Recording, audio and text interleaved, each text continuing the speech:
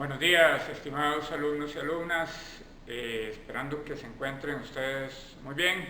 Para el día de hoy tenemos contemplado poder hablar un poco respecto de los circuitos RLC y aprender un poco acerca de fenómenos de oscilaciones amortiguadas que suceden en estos circuitos. Esto es de gran importancia debido a la analogía electromecánica que se puede hacer entre este tipo de circuitos y circuitos mecánicos o el sistema conocido por todos desde que comenzaron a llevar las físicas, ¿verdad?, de la masa resorte con un sistema en fricción.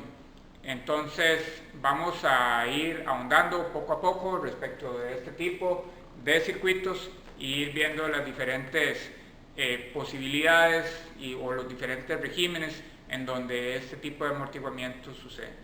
Entonces, manos a la obra, vamos a eso. Entonces, vamos a considerar ese circuito que aparece a la izquierda en esa primera figura. Cuando el interruptor o cuando se activa más bien la FEM o esa E sub 0 que tenemos ahí, y comenzamos entonces a cargar el capacitor hasta un valor máximo, como vimos, ¿verdad?, en la anterior entrega de los circuitos estos en donde se cargan y se descargan los capacitores, ¿verdad?, básicamente. Entonces el capacitor C se va a cargar hasta un valor máximo que está determinado por la capacitancia y la diferencia de potencial entre sus bornes. Si ahora vamos a desconectar entonces la fuente, ¿verdad?, y colocando entonces en un instante que corresponde a tiempo igual a 0 segundos, entonces el capacitor va a comenzar a descargarse a través del resistor R y del inductor L. Entonces, ¿eso cómo se explica? Se explica haciéndolo así, ¿verdad? Esta es la fuente electromotriz y entonces en el momento en el que la activamos o que hay una especie de pequeño interruptor, imaginemos un interruptor acá, en una posición entonces donde el interruptor va a cerrarse, entonces vamos a tener que la corriente fluye y va a pasar a través de estos elementos y va a comenzar a cargar de forma activa al capacitor hasta llegar a su carga máxima. En el momento en el que entonces desconectamos de vuelta a la fuente o cerramos el interruptor, sea la que sea la forma, entonces el capacitor va a comenzar a otorgar esa carga con la que se cargó a través del circuito y esa carga entonces va a pasar a través del elemento L y el elemento R. Para un cierto tiempo después, entonces vamos a poder escribir, gracias a la ley de voltajes de Kirchhoff o de Kirchhoff, ¿verdad?, la ecuación para el circuito. Entonces la vemos de esta forma. Tenemos entonces el elemento inductivo, ¿verdad?, por el diferencial de la corriente respecto al tiempo, más RI más Q sobre C es igual a 0, donde I denota la corriente del circuito, Q la carga contenida en el capacitor, ¿verdad?, que es el movimiento este que estamos haciendo a la hora de activar y en donde lo cargamos, ¿verdad? Y si utilizamos entonces la identidad I igual a dQ sobre dt, entonces vamos a obtener la siguiente ecuación diferencial, que básicamente es la siguiente expresión. Se obtiene una ecuación diferencial de segundo orden, en donde entonces tenemos dq, diferencial cuadrado de q, dt cuadrado más r sobre l de q dt más 1 sobre lc por q es igual a 0.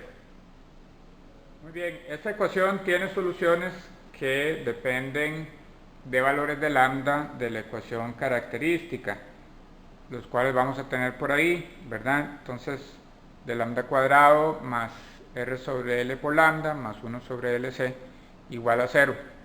Y estos valores lambda se van a determinar por la solución. Vean que es como una especie de ecuación cuadrática. Entonces la solución de lambda va a ser menos r sobre 2L más menos raíz cuadrada de r cuadrado sobre 4L cuadrado menos 1 sobre LC. Entonces, el discriminante de esa ecuación puede expresarse como delta, la variable delta, la cual vamos a expresar como r cuadrado sobre 4L cuadrado menos 1 sobre LC. Y observamos entonces que si se expresa el discriminante como delta, entonces vamos a poder simplificar esa solución como, ¿verdad?, r cuadrado sobre 4L al cuadrado menos 1 sobre LC, ¿verdad? El discriminante que está metido aquí adentro de esta raíz. Entonces, obviamente eso va a hacer que se tengan diferentes tipos de soluciones, donde existen entonces básicamente tres tipos de solución que dependen de los valores RL y C que se estén tomando en cuenta en el circuito, y donde entonces vamos a ver que ese discriminante puede ser ya sea menor a 0, igual a 0 o mayor a 0, y en donde cada uno de ellos entonces me define o nos define un régimen de oscilación, en donde entonces vamos a observar oscilaciones de un carácter subamortiguado, un amortiguamiento crítico y el sobreamortiguamiento. Entonces vamos a estudiar y a ver cada una de esas regiones en acción sucediendo en el experimento. El primer caso que vamos a tener es el caso del subamortiguamiento, donde el discriminante, ese delta, va a ser menor a 0.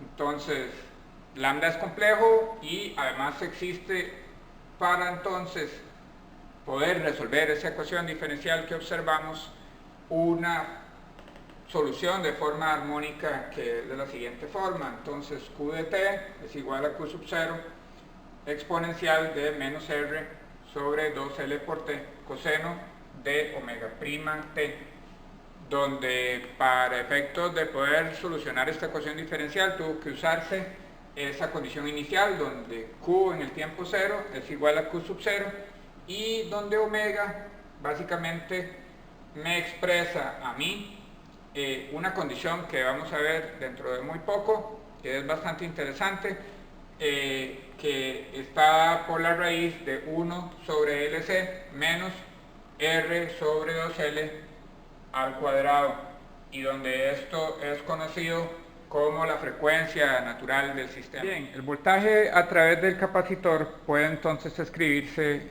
de la siguiente forma, como V sub C de T es Q de T sobre C igual a Q sub 0 sobre C, el exponencial de menos R sobre 2L por T, por el coseno de omega prima por T, donde básicamente observamos en la figura la gráfica de VC versus el tiempo. En ella se muestra también la llamada envolvente, que es una línea imaginaria que muestra el decaimiento en amplitud de las oscilaciones. Puede comprobarse que la amplitud es función del tiempo y que tiene la forma esa Q sub 0 sobre C E a la menos R sobre 2L por T. Vamos entonces a hacer la comparación de ese sistema con el siguiente sistema mecánico de traslación, donde tenemos básicamente un sistema masa-resorte, donde en este sistema M es la masa, R es el coeficiente de rozamiento o amortiguamiento, K es la constante de elasticidad del resorte, X es el desplazamiento lineal y F es la fuerza aplicada. De estas interacciones, como ustedes bien lo conocen de cursos previos, entonces surge también una ecuación diferencial que define su comportamiento, y esto es igual a m d cuadrado de x de t más r de x de t más k por x es igual a f. Eso es análogo al sistema eléctrico pasivo que se describió, ¿verdad? Puesto que las expresiones, tanto la eléctrica que habíamos visto anteriormente como la mecánica que vemos en este momento son idénticas, por lo que estos sistemas se denominan sistemas análogos y las magnitudes que los representan se llaman magnitudes análogas.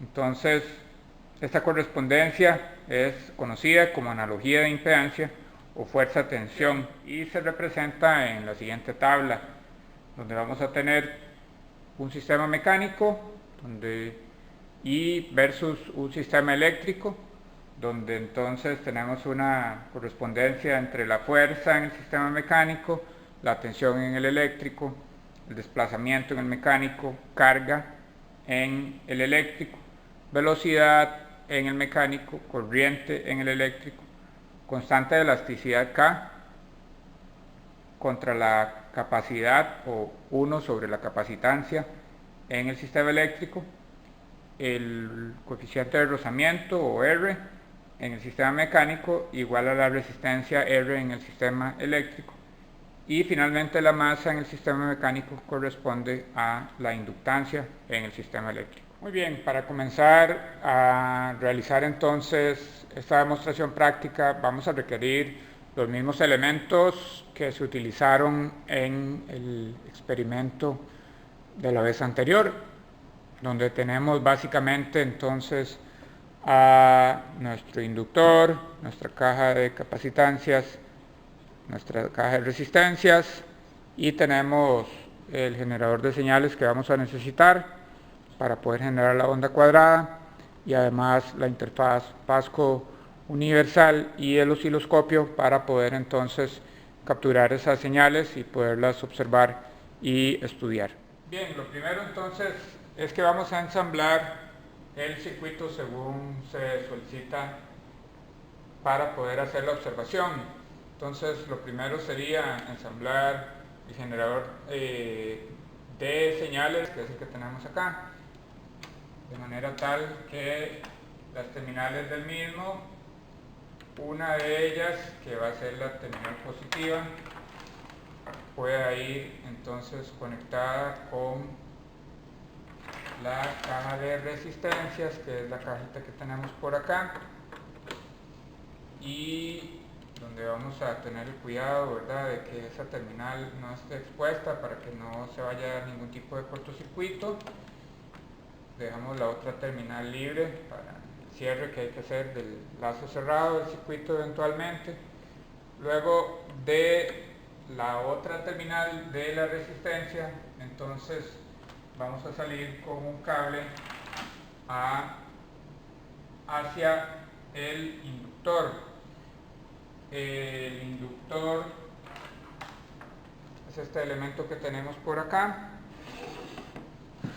Nuevamente la bobina, que ustedes conocen ya bastante bien de las anteriores entregas, y eventualmente entonces de la bobina vamos a salir hacia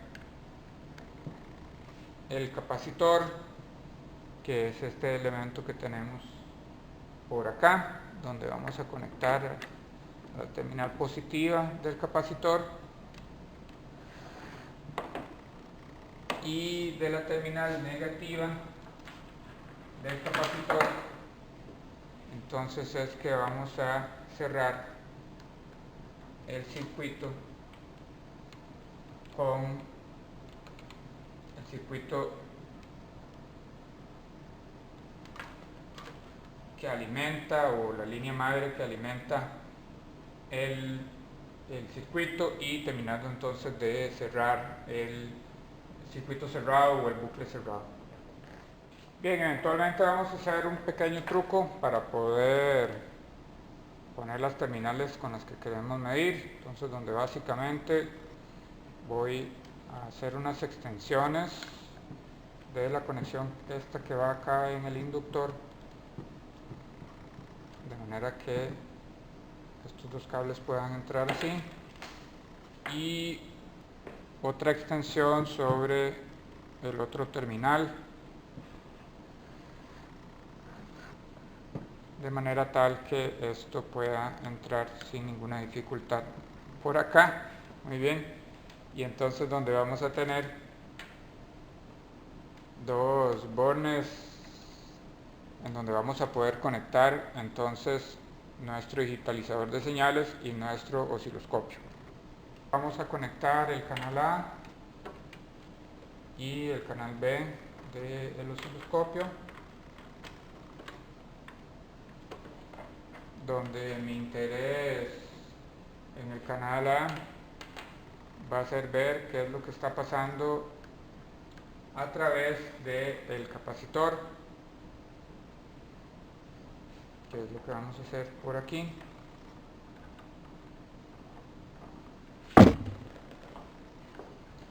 Y mi otro interés va a ser ver qué es lo que está pasando desde la fuente, desde el generador de señales, para poder entonces comparar la señal de entrada con esta señal de salida que vamos a medir en el capacitor. Posteriormente también puedo realizar el mismo tipo de ejercicio de conexión utilizando el cable de conexión DIN que va a Pasco Capstone, canal A, en donde yo voy a conectar ese canal, con nuevamente el capacitor. Aquí ya comienza a hacérsenos un poco complicado, hay que tener idea de dónde están las terminales, el tema de la polaridad del capacitor, que es importante, y por otro lado también un canal B, que es donde vamos a observar qué es lo que le pasa a la señal madre. Llenamos un poco los cables para no tener ningún tipo de problema, y eso sería. Bien, entonces siguiendo las instrucciones, lo primero es colocar un valor de 0 en la caja de resistencias, lo cual entonces nos cercioramos observando que todos los diales estén en el 0, y obviamente vamos a tener una resistencia interna que es la del circuito, la cual es la suma de la resistencia interna del generador, según habíamos visto que era alrededor de 50 ohms, y la resistencia de la bobina, que es alrededor de 62 ohms, según lo habíamos observado, 62.5 para ser exactos. Luego vamos a utilizar un valor de capacitancia que vamos a fijar en la cajita de capacitancias de 0.01 microfaradios. Entonces para eso hacemos el botoncito para abajo, ¿verdad? Y entonces estamos listos. Habría que conectar entonces el generador de señales. Observamos acá o nos cercioramos, ¿verdad?, de que sea una onda cuadrada, y vamos a fijar entonces los valores de esa onda de aproximadamente 50 Hz, para lo cual entonces vamos a cambiar esa frecuencia que tenemos ahí y la vamos a volver un poco menor. Muy bien, ahí observamos entonces que logramos fijar el valor de la frecuencia a 50 Hz y que tenemos una onda cuadrada de 4 voltios pico pico, o sea que va a tener un E sub 0 de 2 voltios. Luego el offset de 0 voltios porque no ocupamos ningún tipo de corrimiento, y básicamente entonces pues esa sería la señal que le estamos alimentando al circuito. Bien, lo siguiente sería entonces observar, una vez que energizamos, entonces qué es lo que le está sucediendo a ese circuito. En el momento en el que yo le alimento esa señal de entrada a este circuito que estamos armando, entonces vamos a observar la aparición de estas oscilaciones. ¿Lo observan ahí? Observen entonces, vamos a hacer un corrimiento acá en el eje horizontal y observamos entonces acá para el eje vertical las oscilaciones que suceden, ¿verdad?, de forma subamortiguada en el momento en que se le alimenta entonces la E sub 0 al circuito RLC, y en el momento en el que entonces también se libera la energía del capacitor de una forma subamortiguada. Es interesante también conocer el contexto de esto comparado con la onda madre que generó esta señal, y entonces donde vemos ahí que yo puedo habilitar para ver únicamente la onda cuadrada, que es la que se observa en color celeste en la pantalla, y donde vuelvo a habilitar, entonces observo qué es lo que está pasando en el capacitor y observo entonces ese fenómeno subamortiguamiento. Esto mismo podemos observarlo también para más claridad en el contexto del digitalizador de señales que tenemos en la interfaz universal Pasco-Capstone. Entonces, donde básicamente se coloca un eje de voltaje y un eje del tiempo, donde el sensor del canal A estaba ligado a lo que está sucediendo en el capacitor, y en el momento en donde entonces yo le doy registrar, logro registrar estas señales que son entonces el reflejo del fenómeno de subamortiguamiento sucediendo en la señal eléctrica. Vean que si yo habilito también para que haya una medición similar, lo que está haciendo es verme también qué le sucede al sensor del, digamos, de la señal madre que genera estas señales, y ahí lo pueden ver en color celeste también, análogo, como la onda cuadrada es, ¿verdad?, la que está generando este comportamiento. Bien, ¿y qué es lo que estamos observando ahí? Básicamente que la descarga del capacitor ocurre de forma oscilante. Esa curva puede interpretarse pues en términos de energía, ¿verdad?, como normalmente se pueden analizar cualquier tipo de estos sistemas oscilantes también, ¿verdad? Y físicamente lo que se está dando es un intercambio de energía entre el capacitor y el inductor, aunque con la presencia del resistor, parte de esa energía se transforma en calor y se disipa, y por eso entonces es que se ve una oscilación que en el tiempo va decreciendo en amplitud. Bien, hay cosas que pueden hacerse experimentalmente, como por ejemplo encontrar la frecuencia natural en radianes por segundo de oscilación del circuito y compararla con una frecuencia natural obtenida de forma teórica, por ejemplo, ¿verdad? Además se puede encontrar el valor de la semivida, de la amplitud de la oscilación, o sea, el tiempo necesario para que la amplitud decaiga a la mitad de su valor original, para entender cómo es que funciona la envolvente y demás, pero por temas de aspecto demostrativo y de tiempo no vamos a entrar en esos detalles.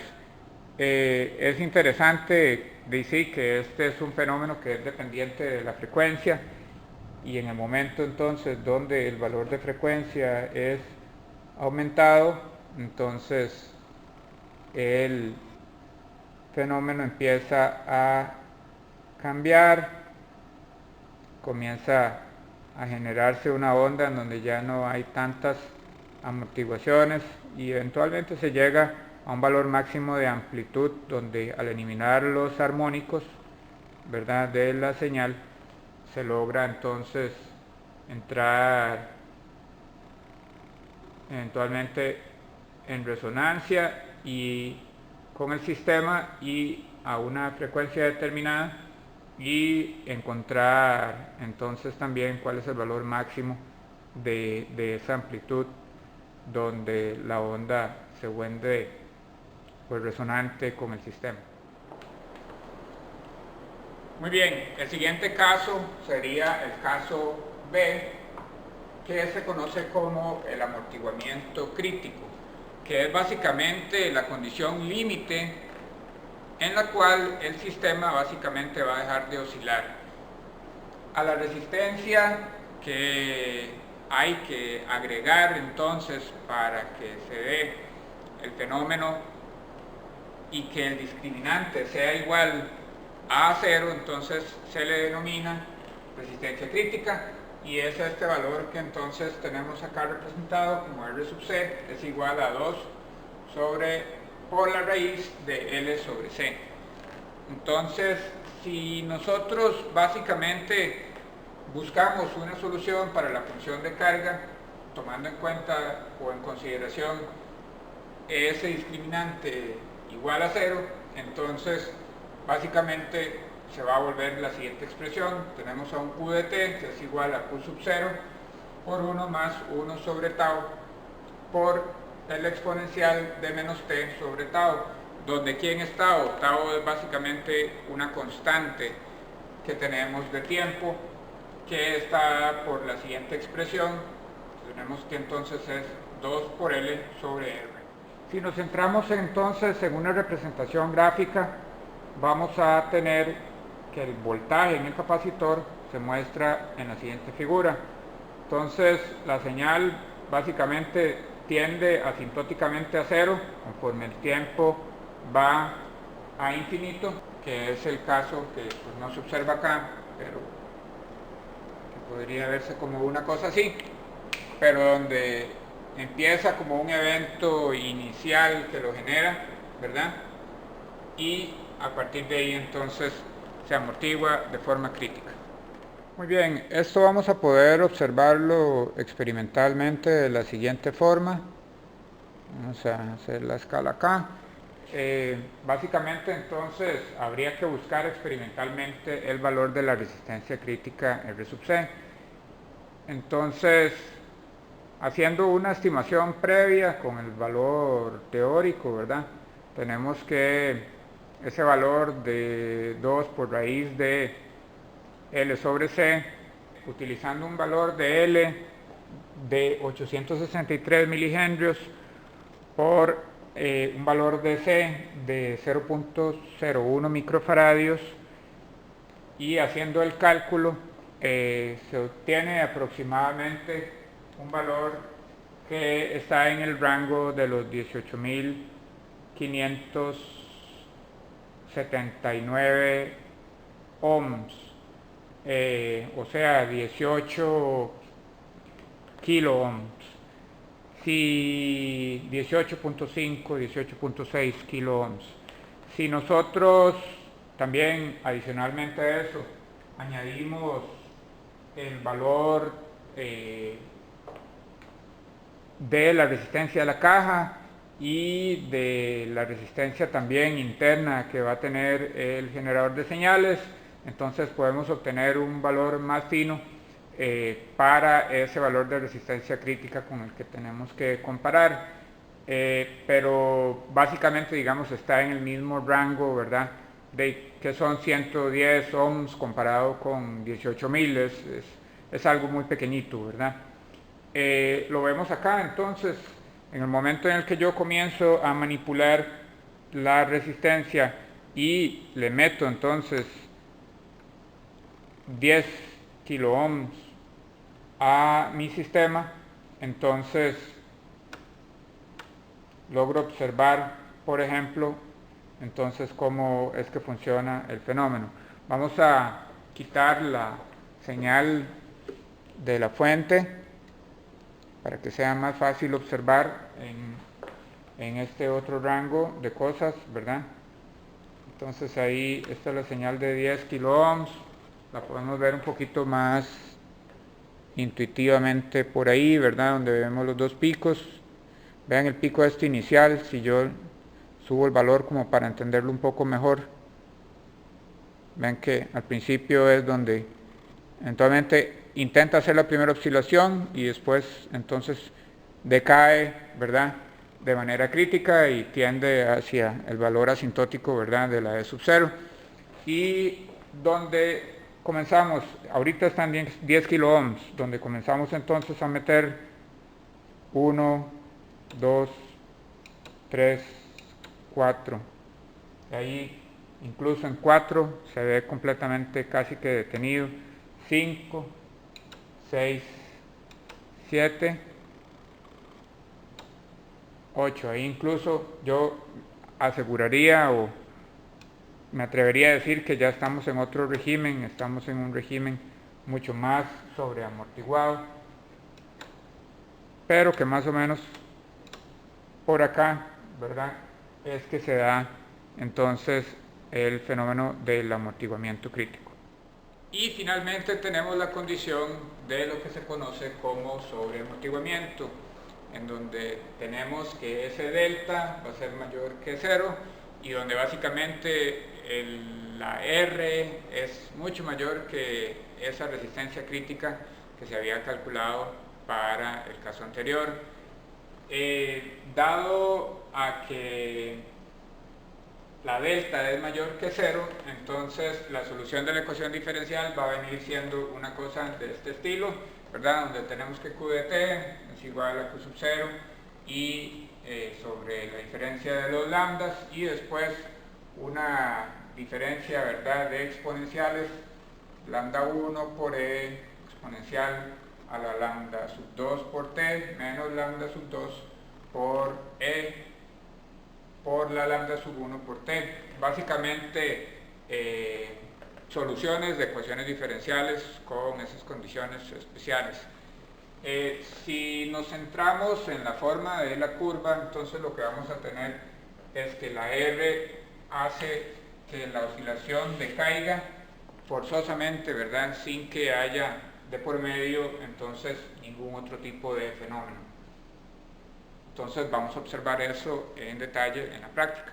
Bien, esto también puede observarse en la terminal de la interfaz Pasco-Capstone, ¿verdad?, tal y como habíamos hecho anteriormente.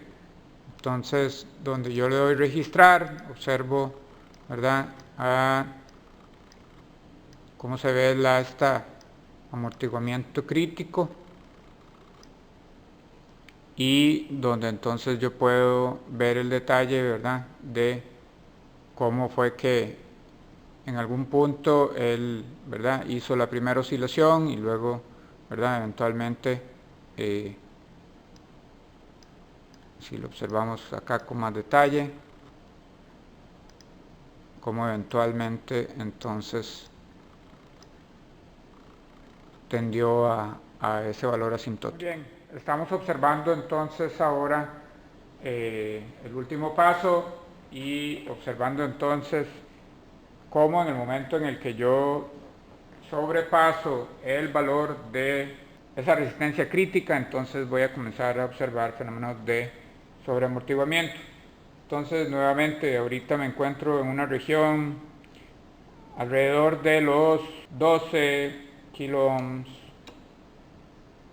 13, 14, 15, y observen que ya entonces ahí en el rango de los aproximadamente 15, 16 kilo ohms es que se comienza a observar para este setup experimental el fenómeno.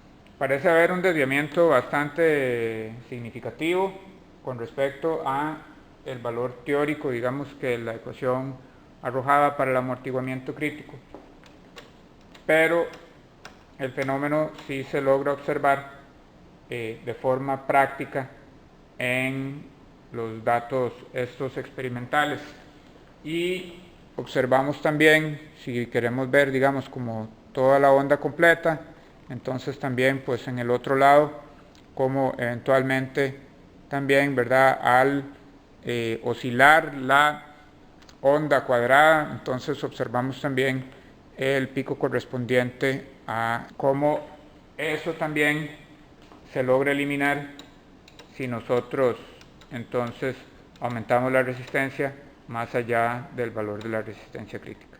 Bien, esto podemos observarlo también acá en la terminal de la Pasco-Capstone, en el momento en que yo también le doy registrar, entonces observo que en valores superiores de resistencia a la resistencia crítica, entonces es completamente nulo, ¿verdad?, el efecto de la oscilación, y observamos valores incluso, ¿verdad?, que entonces tienden de igual manera al valor asintótico, ¿verdad?, en ambas partes, digamos, de la onda, tanto en la parte de subida como en la parte de bajada.